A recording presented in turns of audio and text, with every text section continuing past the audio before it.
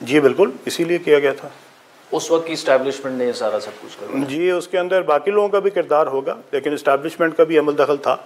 और जो नवाज शरीफ साहब हैं, मेरे ख्याल में इससे पहले बहुत सारी गवर्नमेंटों के अंदर जब ये होता रहा है, ये काम होता रहा है, तो ये काम जो था ये जिस वक्त किया गया उसके हम चूँकि उस वक्त हम PTI का हिस्सा थे, तो हमें ये पता है कि जो जहांगीर खान तरीन है वो भी साथ इसीलिए जो है वो साथ नथी हुए थे क्योंकि नवाज शरीफ साहब ने नाहल होना था।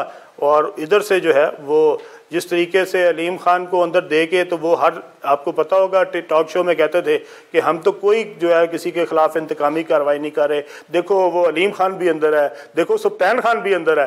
तो अलीम खान और सुल्तान खान को क्यों अंदर किया गया था?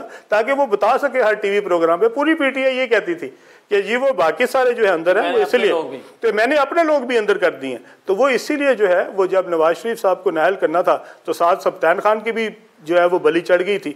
और अगर मैं उस वक्त MNA होता तो वो बलि मेरी भी साथ ही चढ़नी थी।